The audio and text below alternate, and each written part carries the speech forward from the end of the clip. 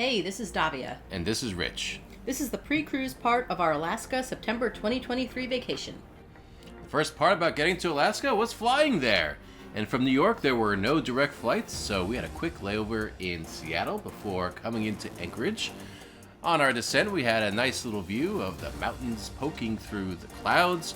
We were really looking forward to taking the Alaska Railroad Coastal Classic from Anchorage down south to Seward, where we'd be meeting up with our crews. But before that, we spent the night in Anchorage. And Davia, what did you think of the historic Anchorage Hotel? It was okay. It was nice. I could have done without the hallway from The Shining.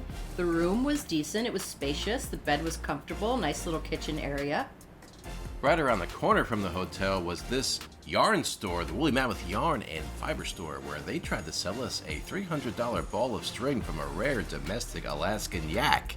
However, Davia settled on regular sheep string. The restaurant was good. The spinach crab dip was the best part, but it has since closed down, so if you're visiting Anchorage, go somewhere else. The next morning, Davia packed up her bag and we got going to the train station, which was packed. It was kind of a madhouse, trying to get our tickets and checking in, but eventually we made it through onto the platform after they let us out. The 12-year-old conductor checked our tickets and we boarded the Alaska Railroad in the GoldStar class. We had to check our luggage and keep our fingers crossed that it would magically appear at our hotel in Seward because the car is surrounded by windows rather than overhead luggage compartments. We met some nice people and got a morning libation with one of our 2 included drink tickets, and then we were off. By the time we were moving, the sun had risen and we were coasting through the Alaska wilderness. For the most part.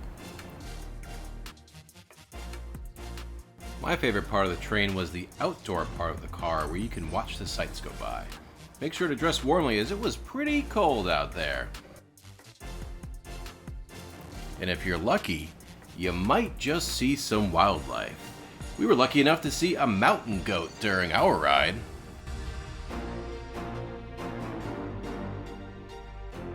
Our train ride also came with breakfast included in the restaurant car.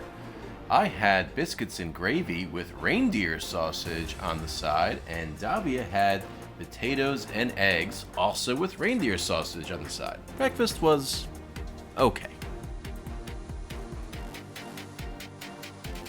As we meandered along the coastline, some people in our car thought they saw whales. We didn't see any though.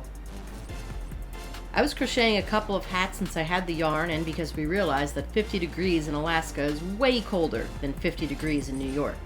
At some point, I dropped my crochet needle, but someone found it and turned it into the bartender. Overall, the train ride was a lot of fun. There really aren't too many options for going from Anchorage to Seward, but nevertheless, I'm happy we took the train ride. Then we arrived in Seward. We stayed at the Harbor 360 Hotel, named for its sweeping views across the harbor. It was a short 2 to 3 minute walk from the train. The train arrives prior to check-in time, so we went over to Ray's Waterfront for lunch. This was definitely a great choice. The food was superb, and we strongly recommend it if you're ever in Seward. Everything we had was delicious. The spinach crab dip, the cheeseburger and fries, and the crab legs. Back over to the hotel for check-in. We were happy to learn that the hotel has a heated saltwater pool. Our room was nice, and our balcony overlooked the marina and cruise port.